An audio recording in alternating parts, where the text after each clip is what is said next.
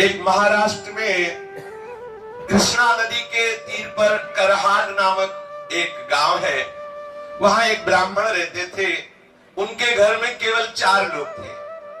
वो ब्राह्मण और उस ब्राह्मण की ब्राह्मणी और उसका पुत्र और उसकी पुत्र वधू। पुत्र वधू बड़ी ही साध्वी और बड़ी ही भक्ता थी। पुत्र वधू का जो नाम था वो सखुबाई था। पुत्र वधू का नाम सखुबाई था। और जो सास थी और जो ससुर थे और जो पति थे, ये तीनों एक ही राशि के थे। दूसरे शब्दों में धुंधकारी थे। जितना उपद्रव करे उतना ही कम। और पूर्ण सती साध्वी सखुबाई बचपन से संत महात्माओं का संग करके निरंतर श्री कृष्ण के चिंतन में तन्मय रहने वाली। अब प्रारब्ध होता है, भगवान की ऐसी लीला होती है जैसे गाय जो है कसाई के चक्कर में फंस जाए। ऐसे वो साध्वी सखुबाई का ब्याह ऐसे परिवार में हुआ जहां ससुर भी दुष्ट स्वभाव वाला और सास जब तक सखुबाई के 2-4 थप्पड़ लगा के बाल खींच के सैकड़ों गालियां ना दे दे तो उसको राजभोग पचता नहीं था। और रात्रि में जब तक पैर दबवा के 2-4 गालियां दे के 1-2 लात न जमा दे तब तक सहन नहीं होता था। ऐसा उसका स्वभाव था। देखो, ये भक्त का जीवन है। लेकिन कभी सखुबाई ने कभी किसी के पास जाके या पड़ोस में कभी किसी से नहीं बोला। अगर पति के सामने आंसू बहा के कुछ बोलने का अवसर भी मिले और अगर कभी एक बोले तो पति उल्टा और 4 थप्पड़ मारे, गालियां दे। क्योंकि जैसे माँ जैसे पिता वैसे ही वो बेटा। सखुबाई को बहुत कष्ट दिया जाता। लेकिन बलिहारी सखुबाई की भक्ति की कि एक क्षण के लिए भी कभी वो भगवत विस्मरण नहीं होने देती। ये देखो, और कभी ये नहीं कि सास से द्वेष करे, पति से द्वेष करे या ससुर से द्वेष करे, कभी ऐसा नहीं। जो उपासक प्रेम रस को प्राप्त करना चाहता है, भगवत साक्षात्कार करना चाहता है, इन भक्तों से शिक्षा ले। उसी घर में रह के और सब कार्य, ससुर स्नान करेगा तो पानी सखुबाई को भरना है, उसके कपड़े सखुबाई को धोने हैं, सास के कपड़े धोने हैं, पति के कपड़े धोने हैं, सबको भोजन बनाना, सबके बर्तन में, और बाद में जो जूठन बचे वो खाने को देना। और जब सखुबाई भगवत स्मरण करते हुए प्रसाद पावे तो सासू बैठ के जैसे लोरिया सुनाई जैसे गालियां सुनावे। सोचो कैसा जीवन उस महान भक्ता का, कितना क्लेश में जीवन, पर कभी कठोर वचन भी उसने सास से नहीं बोले। जो मान अपमान को, जो लाभ हानि को, जो जय पराजय को, सुख दुख को समान भाव से सहते हुए भगवत स्मरण करता है, भगवान उसके अधीन हो जाते हैं। ये भक्ति का स्वरूप थोड़ा समझना है हमें। यदि हम अनुकूलता को भक्ति समझेंगे तो हमें भागना पड़ेगा, हमें महाअमृत पद से वंचित होना पड़ेगा, हमें ऐसे महासुंदर सिंधु प्रभु के दर्शन का अधिकार प्राप्त नहीं होगा। हमें मान अपमान समान रूप से सहना है, लाभ हानि समान रूप से सहना है, सुख दुख समान रूप से सहना है। और हमें देखना है कि मान के समय या अपमान के समय कहीं भगवत विस्मरण तो नहीं हो रहा। लाभ के समय या हानि के समय, दुख के समय या सुख के समय कहीं हम प्यारे को अपने भूल तो नहीं रहे हैं। हमें सदैव अपने प्यारे के स्मरण में रहना है। सखुबाई को पीटा जाता है, गालियां दी जाती है, क्लेशात्मक व्यवहार किया जाता है, लेकिन सखुबाई के हृदय में ऐसा विठ्ठल बसे हुए है, इसका कोई प्रभाव नहीं पड़ता। वो अधिक दुष्टा अभिमानिनी कुटिला कठोर हृदया जो सास है, ऐसी परम भागवत परम दयालु श्री सखुबाई को प्रति क्षण क्लेश दे रही है। और तीनों एक से बढ़कर मनमानी क्लेश देते। शक्ति भर के जितनी ताकत है सखुबाई को सताते, उनको सताने में सुख मिलता। शरीर सूख रहा है सखुबाई का, फटे पुराने कपड़े पहनने को मिलते हैं, रूखा सूखा खाने को मिलता है, प्रतिक्षण डांट पिटाई, लेकिन हर समय श्री कृष्ण का चिंतन। यह है भक्ति का स्वरूप। और ऐसे ही भक्तों के जीवन में अद्भुत घटनाएं घटती है जिनका यश गान किया जाता है। प्रातः काल से लेकर रात को सबके सो जाने के बाद तक सखुबाई के लिए घर का काम पड़ा रहता। मशीन की भांति बिना विश्राम किए वो काम करती। सखुबाई का शरीर बहुत कृश होने लगा। बिना आलस्य के, बिना थकावट के, कष्ट सहते हुए भी सबको सुख पहुंचाना, सबकी सेवा में मगन रहना और श्याम सुंदर त्रिभुवन मोहन लालजू का अखंड ध्यान और जिह्वा से विठ्ठल विठ्ठल विठ्ठल, कृष्ण कृष्ण कृष्ण, गोविंद गोविंद, ये सदैव नाम उच्चारण होना। घर के काम काज को ऐसा नहीं कि बेमन करे, सुचारू पूर्वक जैसा होना चाहिए वैसा, और दिल में 10-20 बार सखू को उसके माँ और उसके पति गालियां देते, पीटते। ऐसा आश्चर्य की बात नहीं है। भागमती बाई के लिए भी आया है कि राजा उनके ऊपर बिस्तर लगा के सोता और कोड़ों से मारता। भागमती बाई जिनका यश गाया जाता है। ये भक्तों के जीवन में ऐसे विचित्र विचित्र लीलाएं आती है कि यदि ये साधारण भक्त सुने तो उनको भय लगे कि भक्ति में ऐसा भी होता है क्या। हम तो सुनते थे चकाचक आनंद 56 भोग प्रसाद पाओ, यहाँ तो कोड़ों का भोग लग रहा है, यहाँ तो बड़ा क्लेश लग रहा है। अरे ये उन चरम सीमा के भक्तों की बात है जिनका उदाहरण दिया जाता है। अगर बच्चा 5 किलो उठाता है तो पिता 2 कुंतल उठाने के लिए नहीं कहता। अपने लोग जितने लायक है उतने ही प्रभु हमारे साथ व्यवहार करेंगे। श्री सखूबाई अपने शील और स्वभाव को निरंतर प्रभु के चिंतन के अनुसार ऐसा शांत बनाए हुए थी कि चाहे कितना भी प्रतिकार हो, कभी वो सास से लौटकर जवाब नहीं दिया। सास के सामने वो कभी जवाब नहीं खोलती। पति के सामने 2 बूंद आंसू निकालने का अवसर उसके पास नहीं था, क्योंकि पति सास से भी ज्यादा कर्कश था। अधिक क्या, निर्दय हृदया पिशाचिनी वो सास सखू को पेट भर भोजन भी न देती।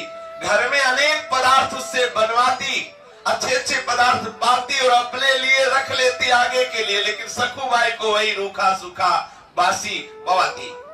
पुत्र, माँ और ससुर तीनों भरपेट पाते, सखूबाई को भरपेट भोजन भी नहीं। इतना होने पर सखू अपने दारुण दुख को श्री भगवान की कृपा का अनुभव करते हुए आनंदित होकर के सहती। सखू की दशा पर गांव के स्त्री पुरुषों को बहुत तरस आता, पर किसी की हिम्मत नहीं होती कि कोई समझा सके। ब्राह्मणी के डर से कोई सखू से बात भी नहीं कर सकता था। सखूबाई मन ही मन भगवत कृपा का अनुभव करती हुई सोचती, कितने कृपालु हैं श्री कृष्ण। देखो ये भक्त का स्वभाव, कितने कृपालु हैं। यदि पति हमसे प्यार करता तो श्री कृष्ण के प्यार में बाधा पड़ जाती। यदि सास हमें प्यार करती, ससुर प्यार करते तो इनमें मन बंटता। सखूबाई एकांत होकर यही सोचती, कितने कृपालु श्री कृष्ण है कि हमें ऐसा परिवार दिया है कि मेरा मन केवल श्री कृष्ण में लगेगा, इनमें लगेगा ही नहीं। ये कितनी कृपा है। देखो भक्त हर परिस्थिति में आनंदित रहता है, कृपा का अनुभव करता है। यदि श्री कृष्ण की कृपा ना होती तो मैं मोहवश ससुर, सास और पति के मोह जाल में फंस जाती। कितनी कृपा हमारे प्रीतम हमारे ऊपर करते हैं। एक दिन किसी पड़ोसिन ने अवसर पाकर भाग करके सखूबाई के पास जाके पूछा, बहन इतना कष्ट दिया जाता है और तू कोई उपाय नहीं करती, तेरे नैहर में कोई है नहीं क्या? तू इतना दुख भोगती है, क्या तेरे नैहर वाले कोई खबर, कोई ऐसा उपाय करके कि आपको ये कष्ट से बचा ले? कोई है नहीं, न कोई खबर लेने आता है, न कोई तुम्हारा सहयोग करता है। सखू ने मुस्कुराते हुए कहा, जानती हूँ मेरा नैहर कहाँ है? कहाँ है? पंढरपुर में। और मेरे नैहर वाले कौन जानते हो? विठ्ठल और रुक्मिणी जी। विठ्ठल और रुक्मिणी जी और सखी, उनके बहुत बड़ा परिवार है, असंख्य संतानें हैं। हमें लगता है कि वो असंख्य संतानों की व्यवस्था में भूले हुए हैं, इसीलिए मुझ गर्विणी की तरफ वो खोज खबर लेने नहीं आ पा रहे, पर उनकी बहुत कृपा है हमारे ऊपर। अब वो बेचारी पड़ोसनी क्या समझे कि किस दशा में, किस भाव में किनको बोल रही है। पंढरपुर महाराष्ट्र का एक प्रसिद्ध धाम है। यही आषाढ़ शुक्ला एकादशी को बड़ा भारी मेला लगता है। भगवान पंढरीनाथ श्री विठ्ठल के दर्शनार्थ लाखों नर नारी दूर दूर से भगवान नाम कीर्तन करते हुए, नृत्य करते हुए उत्साह पूर्वक पंढरपुर की यात्रा करते हैं। जब यात्रा का दिन आया, भक्तों की मंडलियां कीर्तन करते हुए पंढरपुर के लिए चारों ओर दल बना बना करके सब नाचते हुए जाने लगे। कोई मृदंग में, करताल में सुंदर भाव विभोर होकर के स्वर निकाल रहे, कोई झांझ बजा रहे, कोई नाम घोष कर रहे, कोई नाच रहे, कोई पैरों में घुंघरू बांध करके मतवाले होकर के ताल में ताल मिला रहे, श्री हरि के गुणगान, हरि के लीला चरित्रों का गान करते हुए भक्तों की मंडली को देख करके सखुबाई के हृदय का बांध टूट गया। विचार किया, क्या करूं, हमारे प्रीतम का ऐसा बड़ा उत्सव हो रहा है, उसमें जाकर के मैं मिल नहीं सकती, इतने यहाँ विरोध है। तो करहाड़ उसके गांव से बड़ी बड़ी मंडलियां जा रही थी। सखुबाई को पानी भरने के लिए कृष्णा नदी में जाना होता था। घड़ा लिया और कृष्णा नदी में जल भरने के बहाने निकली। प्रेमी भक्तों के संकीर्तन दल को देखकर सखु के हृदय में प्रेम उमड़ा और घड़ा वहीं रख दिया। पंढरपुर जाने की प्रबल इच्छा करके भक्तों की मंडली में गई। विचार किया कि अगर सास से पूछेंगे तो पिटाई ही होगी, सास ससुर पति कोई जाने तो देगा नहीं। घड़ा नदी के किनारे रख दिया और भक्तों की मंडली में चली गई। अब सखुबाई संत मंडली में जा रही, पड़ोसी ने देखा कुछ ऐसे होते हैं जलने वाले, वो बस कुछ लोग ऐसे होते हैं जिनका सीसी कैमरा केवल भक्तों के ऊपर होता है। कब छीका, कब पाया, कब बैठे, कब उठे, वो पूरा उनसे पूछ लीजिए। कब कौन सा दोष हुआ वो पूरा उनको पता होता है। ऐसे ही वहां भी थे। दौड़ के जाके सास से कहा, अरे देख तेरी बहू संतों के साथ मंडली में भाग गई, वो तो जा रही है।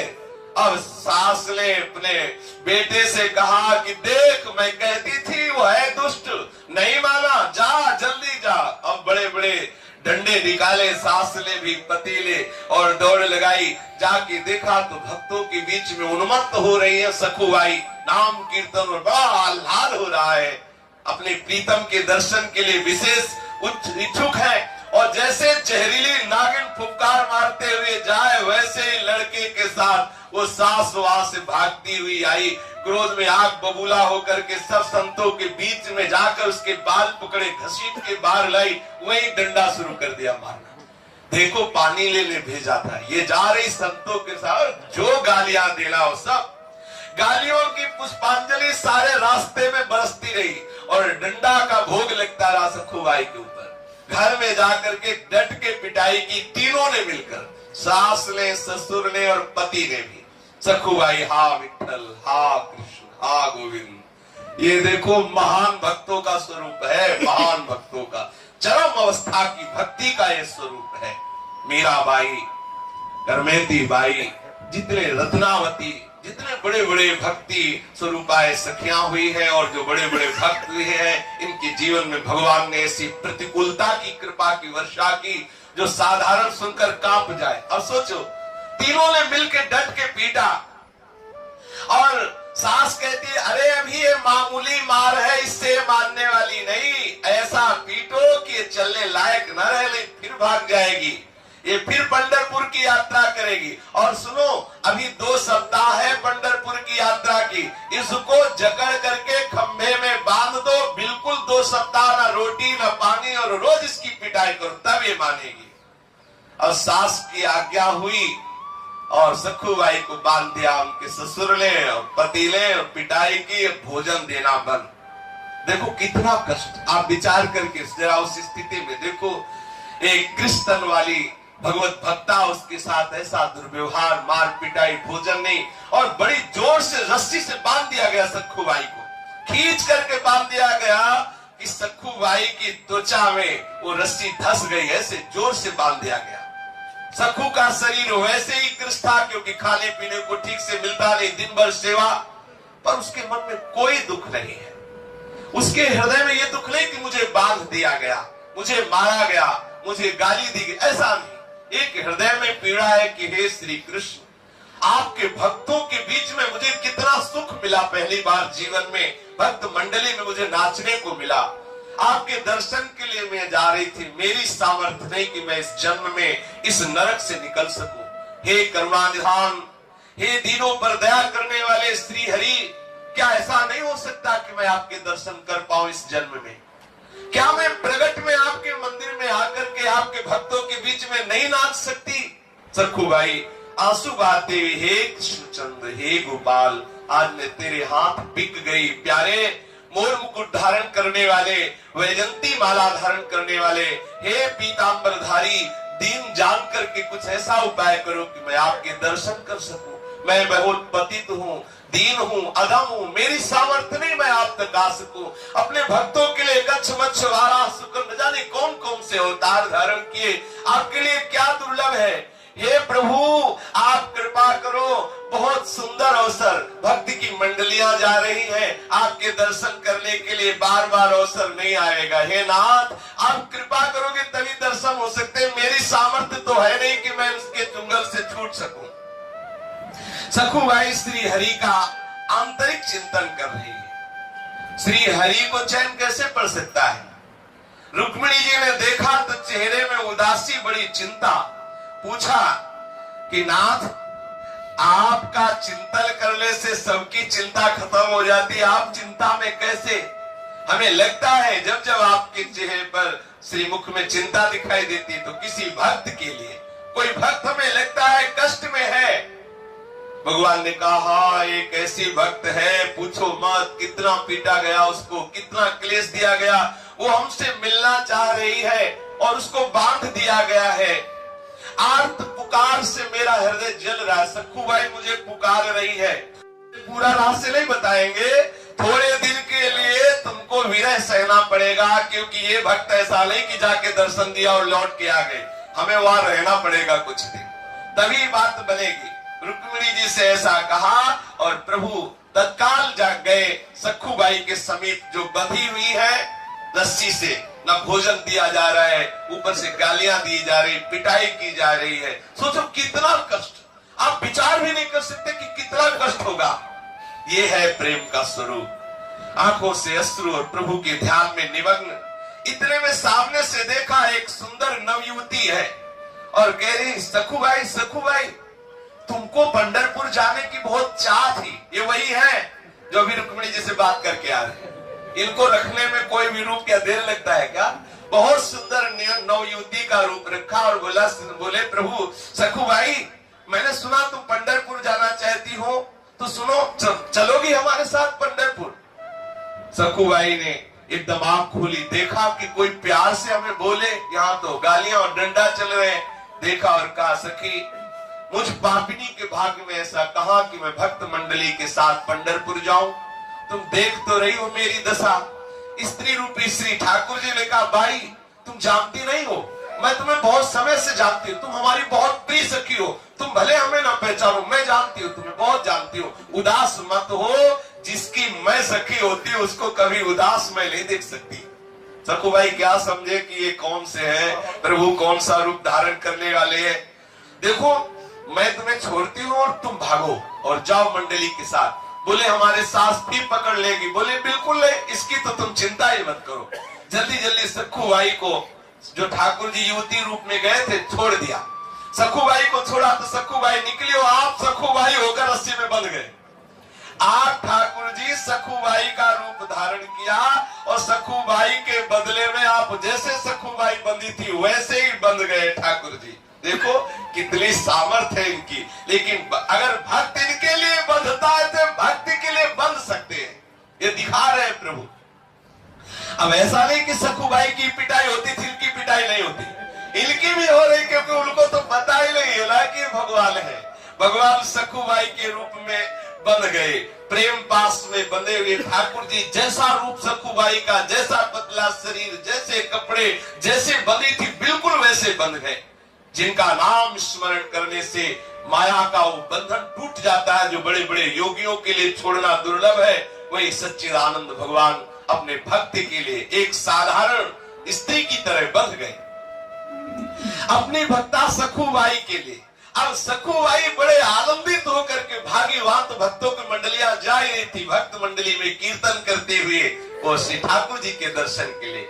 सखुबाई बने जगन्नाथ, समस्त लोगों का पोषण करने वाले श्री विठ्ठल भगवान उसी में बने। अब निर्दयी सास आती है और जाएगी पंढरपुर, और 2-4 चाटे ठाकुर जी चुपचाप चाटे खा रहे हैं। सर्व सामर्थ, ये कोई न समझे कि ठाकुर जी के होकर के भक्त पीट रहे हैं तो भक्त के होकर प्रभु भी पीट रहे। देख लो सखुबाई की जगह ठाकुर जी बने, सास आती गालियां देती, थप्पड़ मारती है, ससुर आता है वो गालियां देती। अब आई लाइफ में कई दिन हो गए, भोजन नहीं मिला, पानी नहीं मिला, रोज पिटाई। अखिल लोक सामर्थशाली प्रभु पिट रहे लेकिन कुछ बोल नहीं रहे। सखुबाई की तरह प्रभु सुशीला वधू की तरह आंसू बहाते हैं।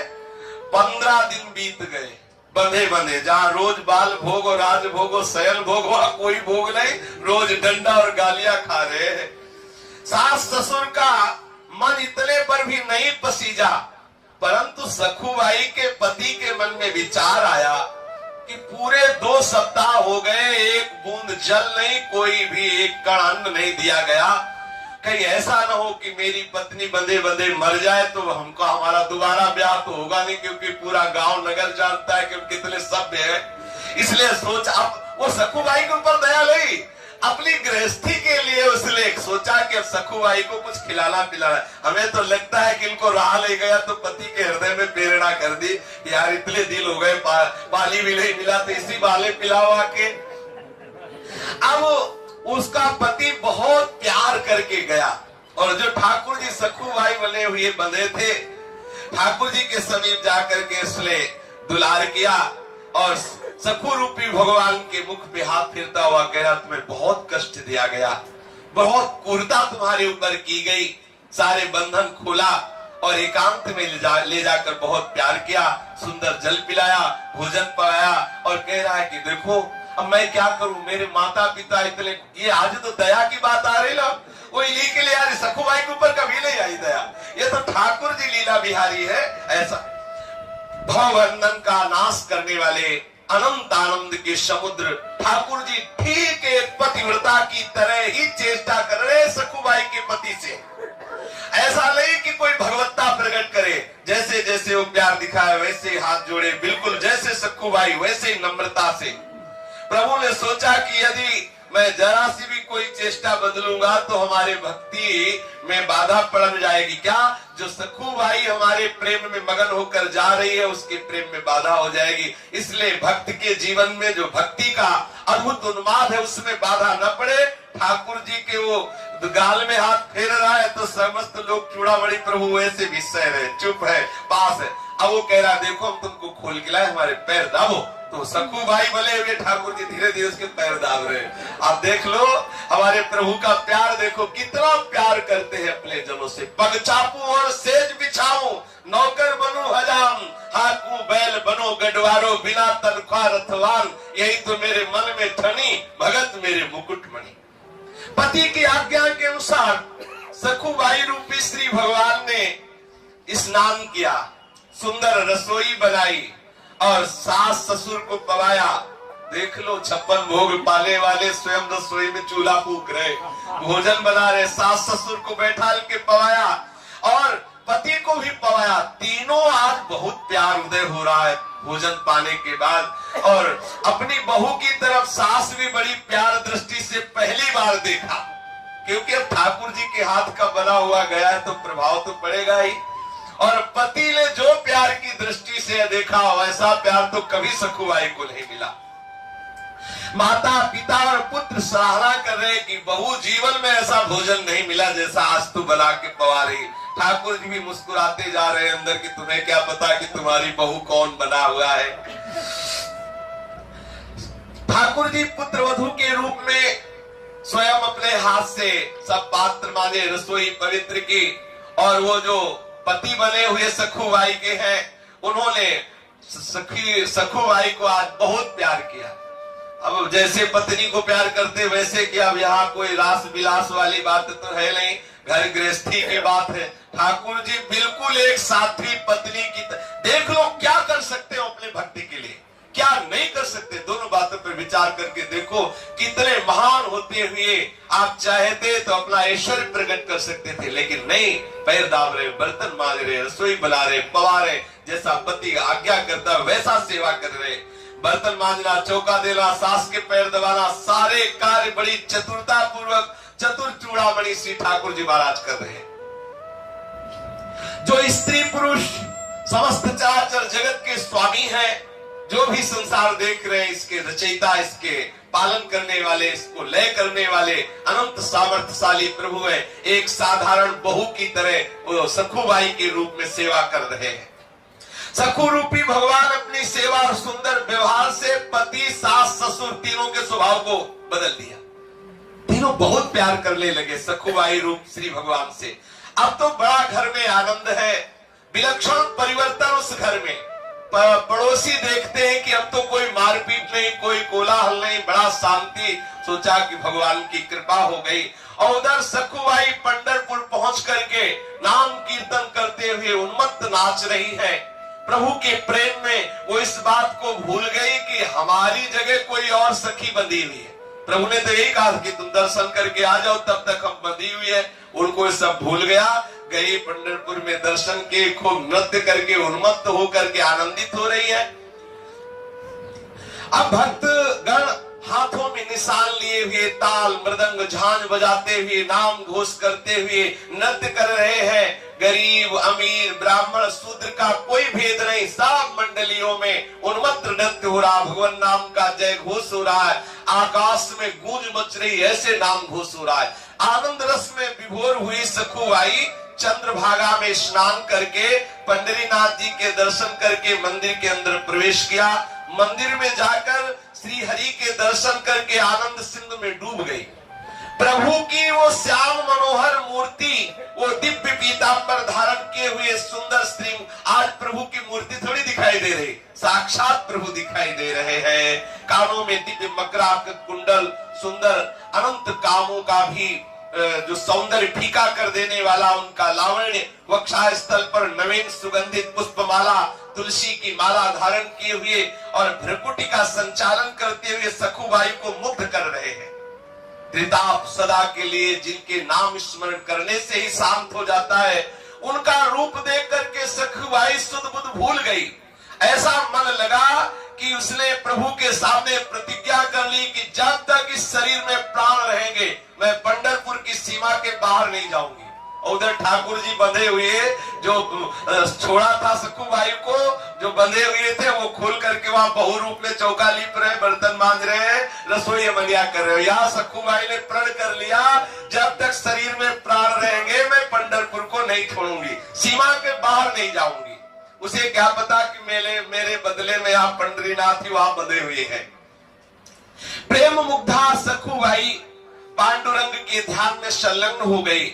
अंत में अष्ट सात्विक भाव में अंतिम भाव का उदय हुआ, जिसमें सखुबाई के प्राण इस शरीर को छोड़कर निकल गए। इतना रूप प्रभु का ऐसा है। अपने लोग कहते हैं दर्शन क्यों नहीं देते?